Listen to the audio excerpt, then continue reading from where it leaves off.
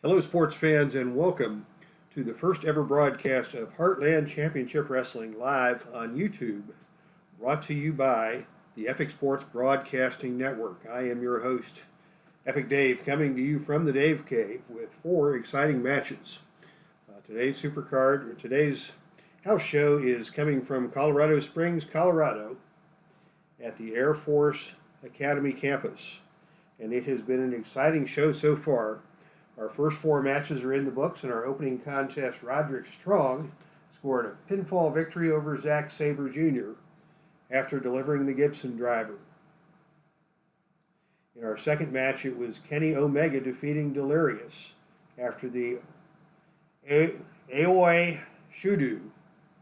It was a tough match for Omega, but he used the spray can to his advantage to gain control over Delirious, setting him up for the finish. In our third contest, it was tag team action, featuring the team known as Mustache Mountain, Tyler Bate and Trent Seven, scoring a big victory over the Squad, Kenny Omega and Ken Doane and Mike Mondo, when Bate pinned Kenny after the bop and bang. And Mike is here and Mike can't hear, so let's add that to the scene.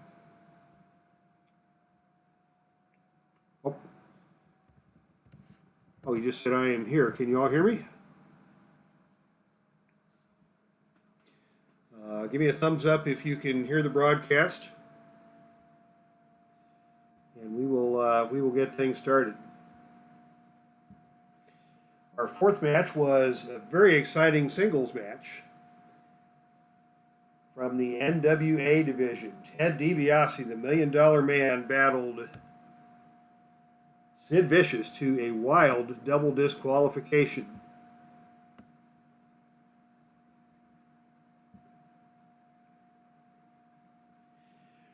And here we go with our first live contest from the NWA singles division, as Adam Cole will take on Michael Bennett, accompanied by the lovely Maria. This will be a good first-time match for those of you who are not familiar with the Legends of Wrestling game. I'll try and give some tutorial tips as we go along and as we get into things. Now you can see the pictures on the cards of the wrestlers. Great artwork, courtesy of Werner Muke, the Filsinger Games lead artist. And then on the play side of the cards, we have the left-hand column, which is offense, and the right-hand column, which is defense. And for each offense and defense, there's level 1, level 2, level 3, based upon the advantage you have over your opponent and the level of move that you are able to accomplish. And I'll call out these levels 1, 2, and 3 as we go along.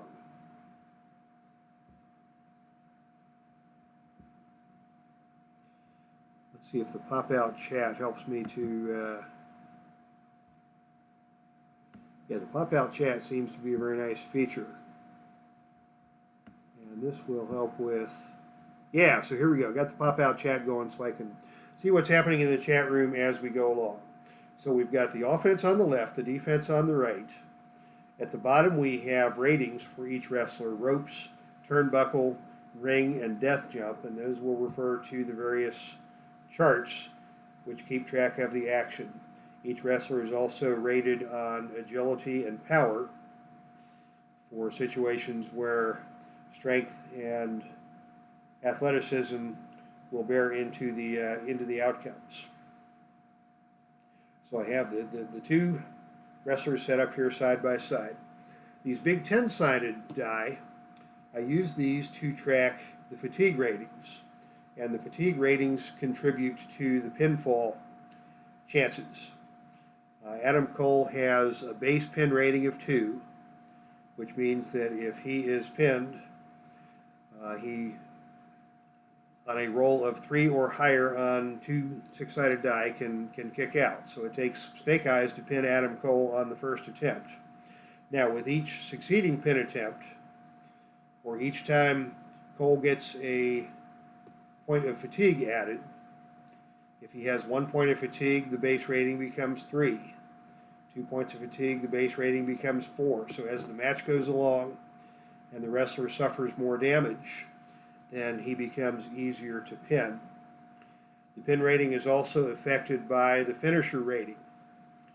So for example, if Adam Cole hits the Florida Key, that's a +1 finisher, which means that you add 1 to the pin total. Or in the case of Michael Bennett, his pile driver rating is a +1.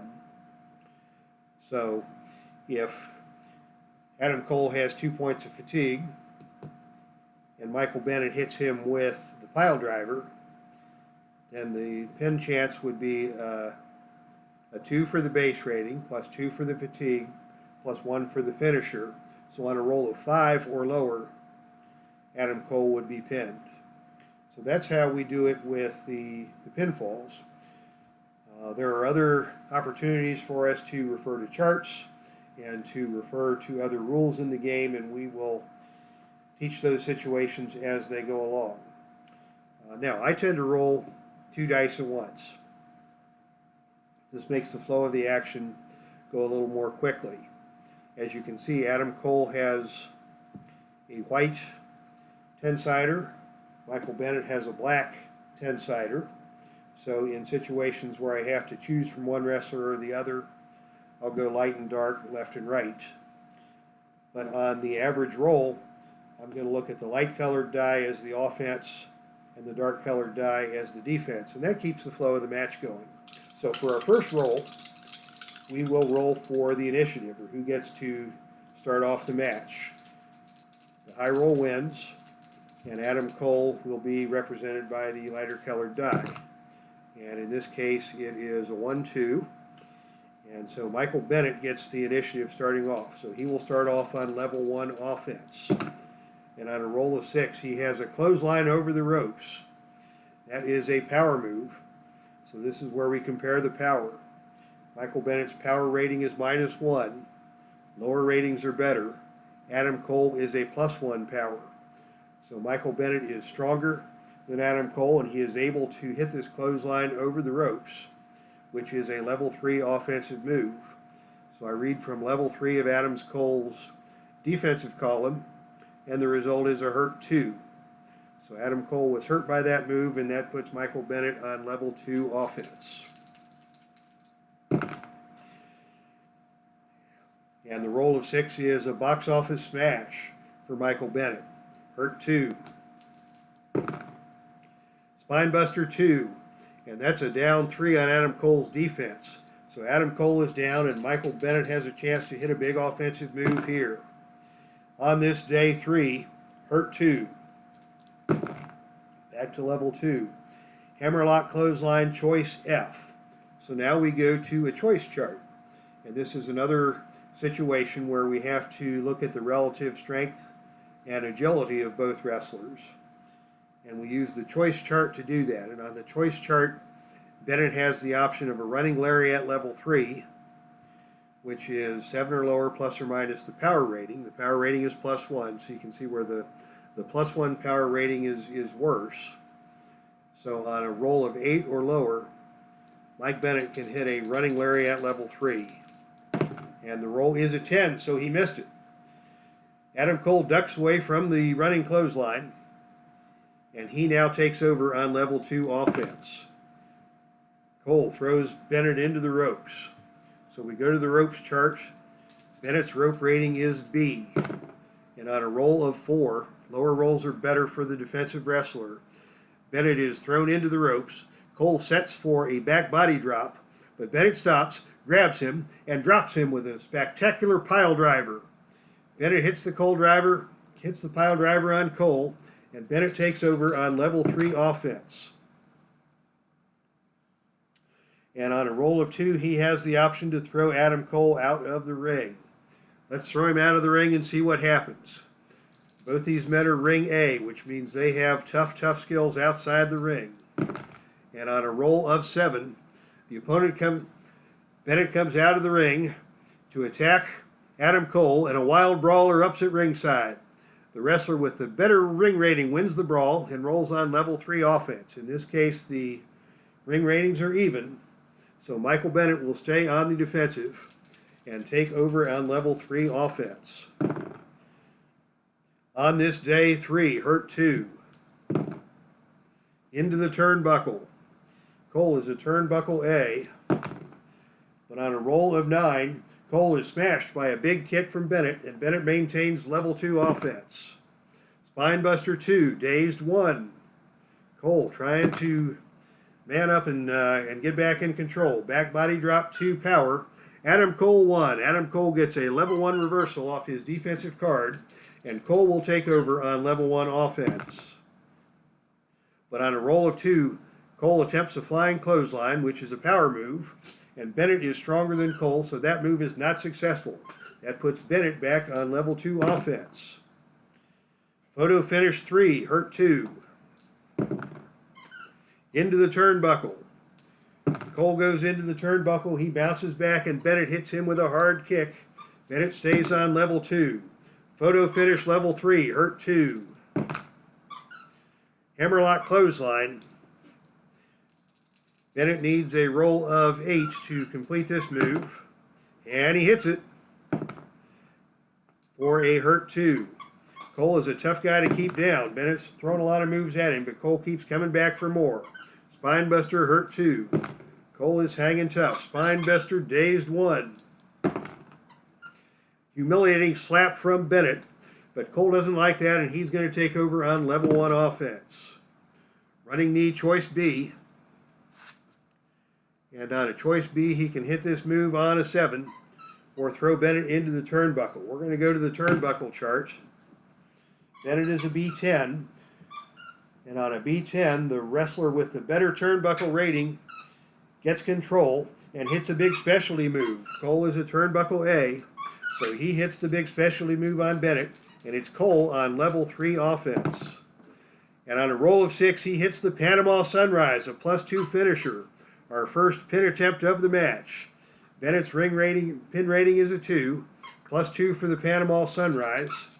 And on a roll of 4 or lower, Michael Bennett will be pinned. And the roll is an 8, so Bennett kicks out. Add a fatigue token to Bennett. Adam Cole stays on level 3 offense, and he's going to pitch Bennett out of the ring. Both these men are a ring A, and on a roll of 7, the best man wins, and that's Adam Cole because he's got the advantage. Cole on level 3 is going to go for the Florida Key, another finisher. This is a +1 finisher. So on 4 or lower, Bennett will be pinned, and the roll is 9. Bennett gets out of that one, and the match continues. Cole has all the momentum right now, and Bennett is in big trouble. Bennett does have Maria Kanellis with him at ringside, and she has the option of attempting a distraction if she so chooses, and she may try that if her man stays in trouble for much longer. Cole goes to the figure 4 leg lock, hurt 2. German suplex. Michael Bennett with a level 2 reversal. Cole can't get him over on the German suplex attempt. And Bennett knocks him down and hits him with an elbow drop. The elbow drop gives Cole a level 1 reversal. And Cole goes to the eyes. Eye rake by Adam Cole, dazed 1. Running knee, choice B. And that's going to be a pitch into the turnbuckle. And on a B6, Bennett reverses the whip, and he throws Adam Cole into the turnbuckle. What's Cole going to do at the turnbuckle? He's going to get hit by a big kick from Bennett, and Bennett takes over on level 2 offense. Box office smash, pinned on a 2. First pin attempt for Adam Cole, but he kicks out of that one easily. So that's 1 fatigue token for Adam Cole, 2 for Bennett, as this war of attrition starts to take effect on both wrestlers. Bennett now follows up with an attempted super kick, but that's going to require a chart roll of 9 or lower. And on a 10, he misses the super kick. Bennett misses the super kick, and Adam Cole retaliates by grabbing the arm of Bennett and throwing him to the ropes. Ropes B8. Cole hits Bennett with a shoulder smash. Cole on level 2. Super kick. Down 3. Michael Bennett is down after the super kick from Cole. Cole once again goes to the Panama Sunrise. That's a +2 finisher. That's going to make the finishing roll 6. And at this point, Maria is going to try her distraction. And she, on a roll of 4, manages to distract the referee and interrupt the pinfall. So give Bennett another fatigue token, but the distraction from Maria keeps Bennett from being pinned. Adam Cole remains in control. He's going to go up top for a death jump. What's going to happen on the death jump chart? Michael Bennett is a death jump rating B, and on a roll of 6, Cole comes off the top rope and blasts Bennett with a flying clothesline. Cole maintains level 3 offense, and he once again is going to go for the Panama Sunrise. This time the pin roll will be a 7, and Maria is going to attempt manager interference. The manager gets 2 opportunities to intervene in a match. She used 1 distraction, and now we're going to go to the manager interference chart and see what Maria is going to try to do to save her man. And the roll is 8. Your manager attacks the opponent. Maria Kanellis has attacked Adam Cole, roll disqualification 4. That roll is a 12, so there will be no disqualification. The opponent fights off the attack and throws the manager out of the ring. Oh my goodness, Adam Cole has just put hands on Maria Kanellis and knocked her out of the ring. Bennett now is up to 4 fatigue tokens. Cole is still in control on level 3 offense. He's going to hit the Florida Key, the +1 finisher. +1 for the hold, +2 for the pin rating, +4 for the fatigue. On 7 or lower, Michael Bennett is pinned, and he rolls a 10. Michael Bennett kicks out. Maria Kanellis is down at ringside. Michael Bennett is in bad shape, and Adam Cole is going to go for the finish. Can he finish off Michael Bennett? As the dice are falling all over the place here in Colorado Springs, Cole pitches Bennett out of the ring. That may be a mistake, but Cole has a lot of agility. We're going to look at another chart now, which is the suicide dive chart. Cole may try a suicide dive on Bennett outside of the ring. And this is my own house rule. You need a 2 to 6 or lower to attempt the suicide dive, which indicates that the opponent is incapacitated and you can get away with this. And the roll is a 4, so Adam Cole can go to the suicide dive chart. And the suicide dive chart, the roll is 8, -3 for the agility, +1 for the fatigue. So on a roll of 6, Cole flips over the top rope with a somersault plancha, but Mike Bennett moves out of the way. Cole went for broke and he missed the somersault plancha. He crashes to the ring floor hard, and that's going to cost him a point of fatigue. Bennett gets up, playing a little possum there, tosses Cole back into the ring. And Bennett is going to go to the Go Back to Japan finisher. The Go Back to Japan, that's a 0 finisher. The pin roll is 4 or lower, and the roll is 8. So Cole kicks out after the Go Back to Japan. That's 3 fatigue tokens for Cole, 5 for Bennett. This match is heating up. Both men are in desperate straits. Bennett rolls again. He's going to try the super kick, and that is going to require a death jump roll. And the death jump roll is 12, which is disaster for Adam Cole. On a roll of 12, that goes directly to a pin attempt. The pin roll is 5, and the roll is 5. And Michael Bennett pins Adam Cole after that big super kick. What a move by Michael Bennett to win that match after he was all but left for dead and after Maria Kanellis was knocked out at ringside. How about that? An amazing comeback victory for Michael Bennett in our first ever live YouTube broadcast match here in Heartland Championship Wrestling.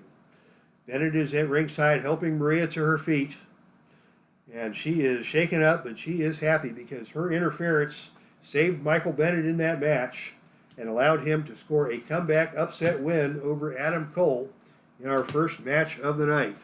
How about that, sports fans? Let's take a quick peek at the chat room. It looks like we've got a few folks in the chat room here watching. Sports Time Machine, Al Red Sox fan, Bubba Husky, Don C. Getting some buffering for some reason. Are Are other folks getting the buffering on the screen? Is there anything that can be done about that, or am I just stuck with what I'm stuck with because of the setup here? Hello, Dale Lonsdale. Welcome to the chat room. We are getting ready for our second match, and I'm collecting some feedback from the guys in the chat room. I am working from a laptop computer, which may be slower than my desktop that I use to stream the basketball games, and that may be what's slowing us down here. So whatever comments and feedback I get from the chat room are greatly appreciated in our first attempt at live YouTube wrestling featuring the Filsinger Games Legends of Wrestling card set. And as we collect the feedback, our next contest is an NWA tag team match pitting the dynamic duo from Texas of Gino Hernandez, the handsome half-breed, and gentleman Chris Adams against the team of Dennis Condrey and Randy Rose, the original Midnight Express. This will be a heel versus heel tag team contest, as none of these men has any esteem whatsoever from the fans here in Colorado Springs. Both these teams are trying to climb their way up the ladder of contention and eventually get a title match against the current NWA Tag Team Champions, the Steiner Brothers.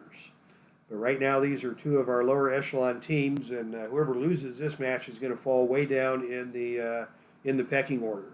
So this is an important contest for both these teams. Now, in tag team competition, there are a couple of additional rules that I will put out there for you. Each man has his own fatigue rating, and so you want to keep the fresh guy in the ring as often as possible. Also, there will be opportunities for the wrestlers to tag in and out of the match. If your team is on offense, you can tag in and out anytime you want to. When you are on defense, there are defensive tag ratings, and if you're the better a tag team wrestler you are, the more defensive tag team ratings you'll have on your card.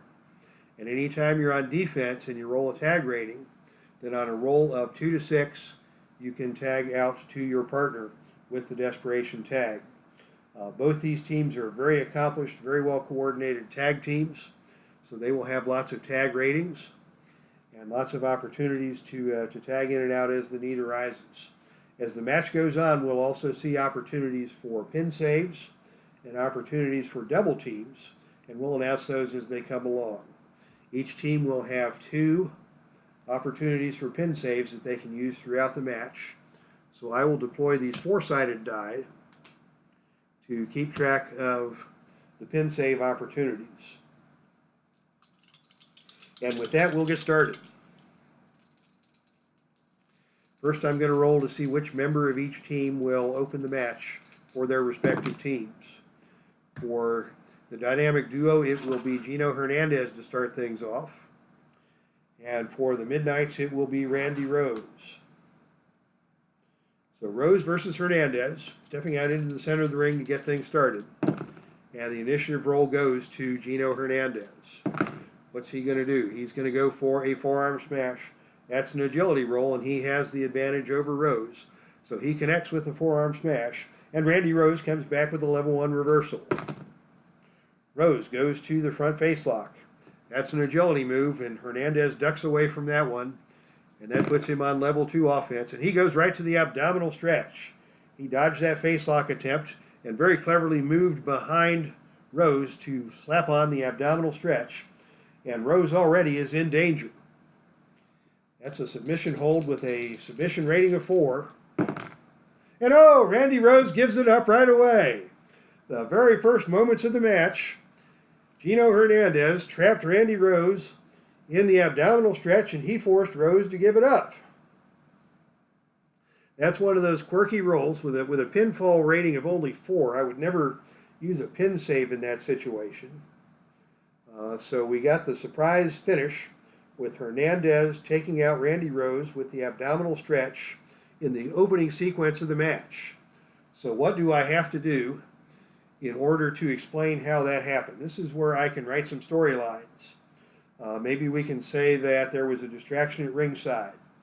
Maybe we can say that Condrey wasn't paying any attention to what happened to his partner, or Adam snuck in there with a double team, or some other sort of shenanigans took place. And under normal circumstances, we would pursue that. And I'll listen to the comments from the chat room. What sort of situations can you imagine where a submission would take place that early in the match? What I will ordinarily do is come up with 2 or 3 possibilities and let the dice decide. So Hernandez submits Rose early in the match. Yeah, thank you, Mike, for pointing out that Rob needs to watch this. I was watching Rob's broadcast, and I didn't want to, correct him in public. But yeah, there are 2 different ways to do submissions and pinfalls in Legends of Wrestling. And if you look very closely at the card of Randy Rose, his pin rating is described as a 7 with a 4 in parentheses. So Randy Rose was not a champion wrestler. He doesn't have a great pin rating. So if you use the first number that's not in parentheses, 7, you use that on every pin attempt. And that would involve no fatigue tokens or no cumulative damage ratings. But if you use the parentheses number, the 4, that's when the fatigue tokens come into play, and on the second try it'll be a 5, and on the third try it'll be a 6, and so on. So yeah, Rob didn't quite have that running smoothly in his matches. But this is a stunning event, and we are going to say that potentially Gino Hernandez had a foreign object in his tights or something and clocked Randy Rose and went to the abdominal stretch as a cover-up to hide the fact that he had used the foreign object. Randy Rose was knocked out cold by the foreign object, and the referee did the 3 raises of the arm to call for the submission. And the dynamic duo of Gino Hernandez and gentleman Chris Adams stole one from Condrey and Rose in that situation. So Condrey and Rose are going to be falling further down the contenders ladder, and Gino and Chris Adams will move up a peg. So that's our tag team match. The next contest, a question from Dale Lonsdale. What company is this game from? This is brought to you by Filsinger Games. And if you go to filsingergames.com, you can find the information you need to look into the variety of wrestlers available. They've got old school Legends of Wrestling available. They've got a lot of new independent wrestlers available. Shimmer women athletes are available. Lots of different styles of wrestling available from filsingergames.com. I have no financial interest in Filsinger Games, but I'm a big fan. I met Tom Filsinger at a game convention in Columbus back in 2005, and I have been a huge fan of Tom Filsinger and his game company ever since. All right, our next contest is a big one. This is the #1 contenders match for our NWA World Heavyweight Championship, and it's going to be the good guy Sting, the Surfer, against the notorious Ric Flair. And I've been excited about this match because these are 2 of my all-time favorite wrestlers going at it. And the winner of this match will move on to the May 25th pay-per-view for a title shot against the current NWA World Champion, the Macho Man Randy Savage. So this match is a big deal. Ric Flair will have James J. Dillon with him at ringside. So he'll have a couple of distraction opportunities or interference opportunities at his disposal. And Sting is going to be his own man in this match, coming out in hopes of gaining that title match at the upcoming pay-per-view. All right, fans, here we go. The opening initiative roll goes to Sting. And Sting takes control with a press slam. That's a power move, and he overpowers Flair and lifts him high up into the air and slams him down to the mat. and Flair staggers to his feet, hurt 2. Sting on level 2 offense goes to the chops to the chest and the Stinger yell.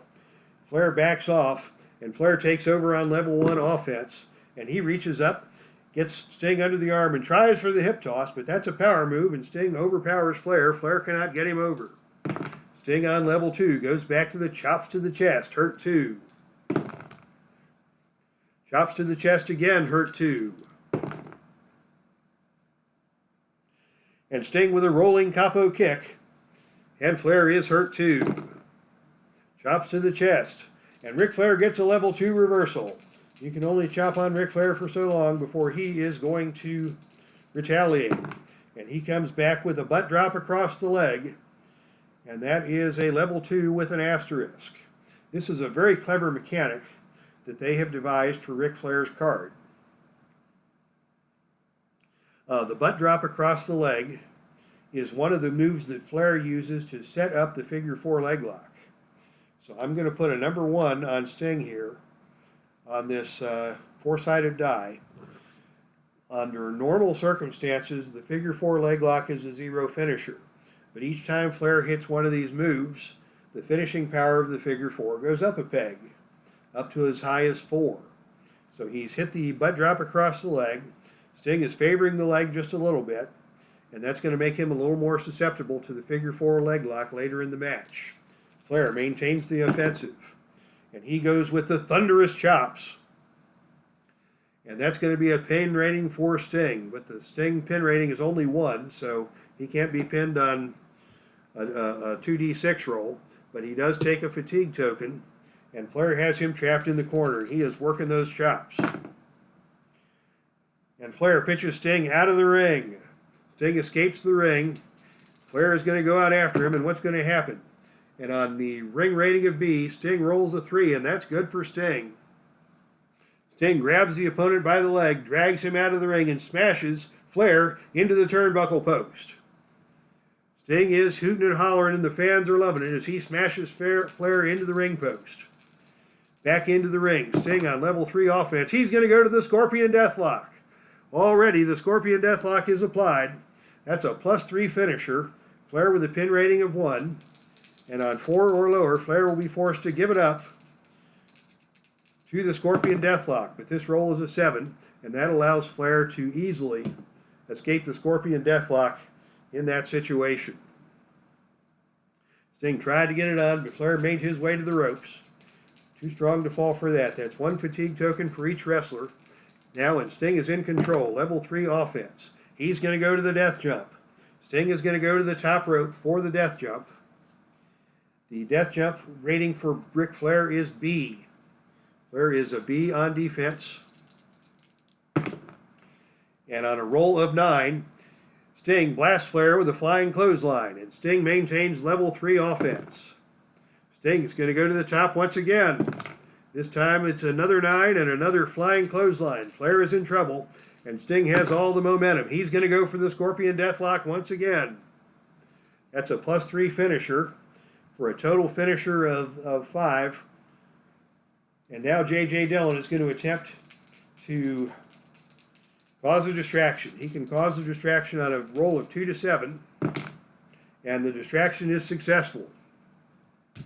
So the referee is distracted, and that allows Flair to escape from the Scorpion Deathlock, but he does take another point of fatigue. Sting still in control. He's going to go back for another death jump attempt. He's had success in the air so far in this match, and on a roll of 6, Sting blasts Flair with another flying clothesline. Level 3 offense. And now Sting has the option of pitching Flair out of the ring. This is an out-of-the-ring choice roll. And Sting has the option of, instead of pitching him out of the ring, taking a level 2 offensive move instead. Sting doesn't want to play with Flair on the arena floor, so he's going to play it safe and take the roll on level 2 offense instead. He's going to go for the rolling capo kick, one of Sting's favorite moves, but he does need to connect on a roll of 6 or lower to make this happen. And he hit him. But Flair gets the level 1 reversal off of that. And Flair is going to try and take control. Sting didn't get all of that capo kick, and Flair was the first one to his feet. And Flair gets up and slaps Sting across the face. Oh, Ric Flair has been insulted, and he's not happy with Sting. He's going to pitch Sting into the turnbuckle. But Sting is a turnbuckle A.